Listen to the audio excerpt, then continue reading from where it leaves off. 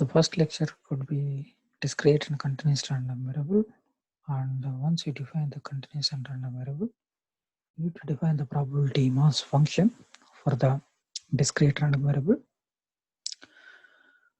Then we can see some example for that.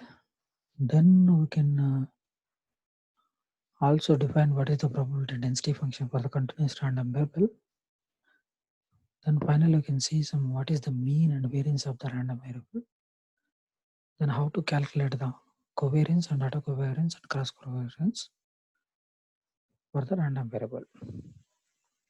Here you can see the basic going to the define random variable.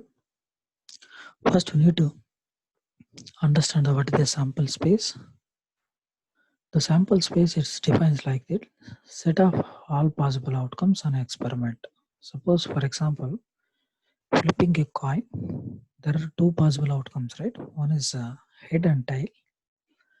So the sample space for the flipping a coin, so you can represent head and tail. For example 2, so rolling a die, the sample space, so what is the experiment for the rolling a dice? We have 6 possibilities, right? So you can sample space is 1 to 6. Even we can also define the what is the set of events, that is F. That set of event, an event which is a subset of the sample space. So how do we define it? We can take the same example for the flipping a coin. So set of events, an event which is subset of all the sample space. So these are the sample space. So omega is a sample space, and each event, H is an event, head an event, tail is an event, and phi is an null space. Even for the rolling a die, we can see that this is a null phi, and there are omega space and sample space, right? And the basic definition, we can also define the probability measure. It is defined on the field of events of a sample space, right? So we can, it is a mapping of sample space to the real line 0 and 1, such that it satisfies following all 3 axioms. So what are the axioms? Here you can see. So E is an event, let us say, which is belongs to the F. F is a set of events. So then we can define the probability of an event is greater than or equals to 0. That is a non-negative function. The probability, sum of all the probabilities, which means the probability of sample space is equals to 1, right? So this is a probability of sample space is equals to 1. And one more important is if an event A, let us say take an event A and B are disjoint sets, belongs to the set of an events, which means A intersection of B is equals to null. This is null set.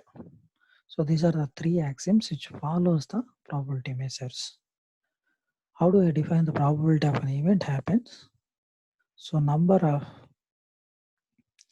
occurred an event and total number of an event of sample space.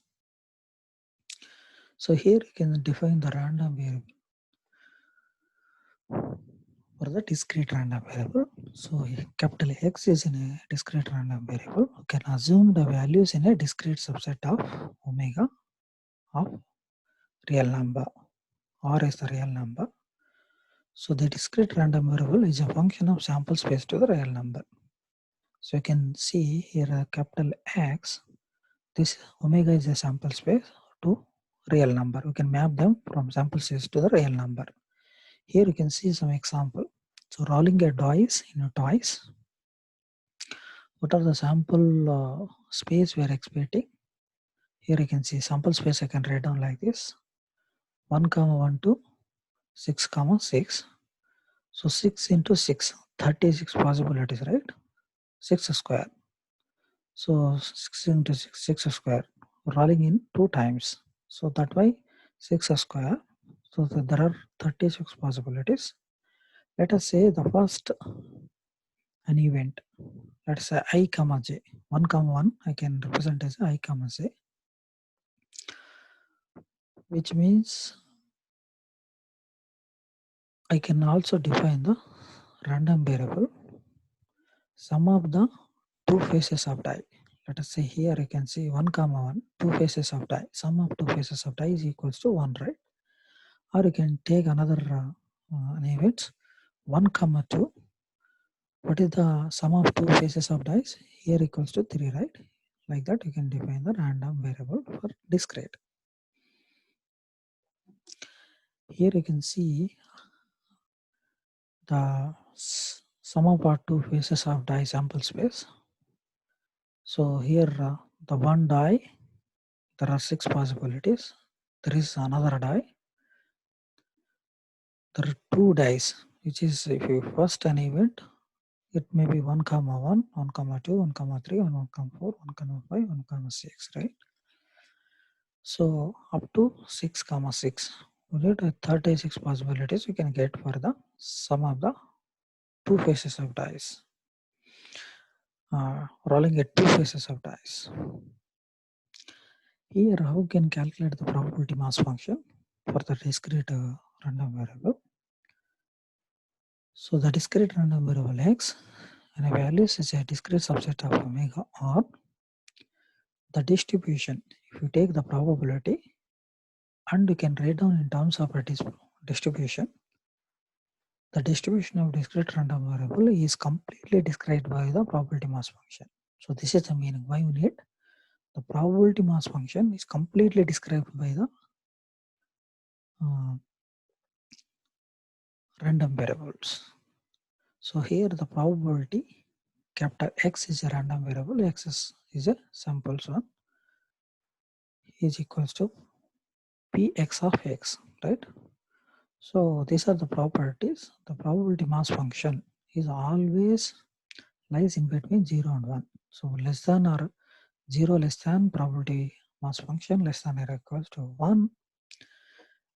Then suppose if X take any number, so if X that never takes, which means that there is no probability, right? So which is the means probability of X equals to 0. You can see here some example for same rolling a 2 dice. So here the random variable capital X is the maximum value of outcome as the random variable. So here you can see that what is the maximum. There are 36 possibilities. If we take a first an event 1 comma 1, what is the maximum number value? It's a 1, right? If you take another event 1 comma 2, what is the maximum value? It is a 2. So like that you can take that. If you take the probability mass function, what is the possibility for getting 1? There is only one possibility, right? Which means 1 by 36. What is the probability that getting for the 2? Here you can see what is there are 1 comma 2 is a one possibilities, 2 comma 1 is another possibilities. There are two possibilities. So here again 2 is 3 by 36. Yeah, here also 2 comma 2 there are three possibilities. Then there are, if what is the probability that we are getting a 3? So you can see 1 comma 3 is a one possibilities. Then 2 comma 3 is another possibilities. Then 1 comma 3 is another possibilities. Then 3 comma 2 is another possibilities and 3 comma 3 is the another possibilities. We have 5, right? So 5 by 36. Like that you need to calculate for the probability mass function. You can see here the sum of the two faces of die, how we can calculate the probability mass function. So what is the probability for getting the sum of the two faces? Here is another example. So my random variable is a sum of the two faces of die. What is the probability for getting a 2, right? Here you can see What is the probability? Sum of two faces of die. 1, 1. There is only one path, right? 1 plus 1 equals to 2. 2 is the random variable. 2 by, that means only one possibility. So 1, 1. Yeah.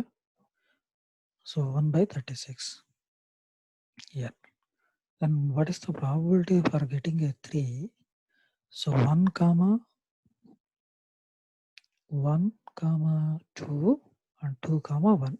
There are two possibilities. So which means 2 by 36. What is the probability for getting a 4? So 1, 3, then 2, 2, then 3, 1. 1, 2, 3. There are three possibilities. So 3 by 36. So like that you can see, you can calculate for all up to 12, the probability mass function, it looks like a Gaussian distribution, right? So here is the probability mass function of 1 by 36 value. This is the value.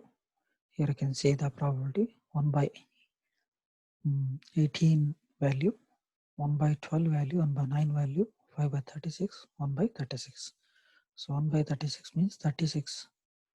So the maximum peak is 1 by 36. Here in a continuous random variable, how do we define it? Continuous random variable is assume values can take any value on the interval, which is often an entire set of real numbers. So this is the meaning. Suppose, for example, if we take amount of rain falling in a certain city, so that is continuously, right? Or taking time is a continuous, but taking a certain time of interval. So which means you need to calculate random variable. And another example, the heat gained by sealing a fan when it has worked for 1 hour, right? It is also, the time is continuously, but we are taking certain time of time period, 1 hour or 2 hours, that how much heat is generated for the 1 hour, like that. So that means we can define in continuous random variable. Here you can see the probability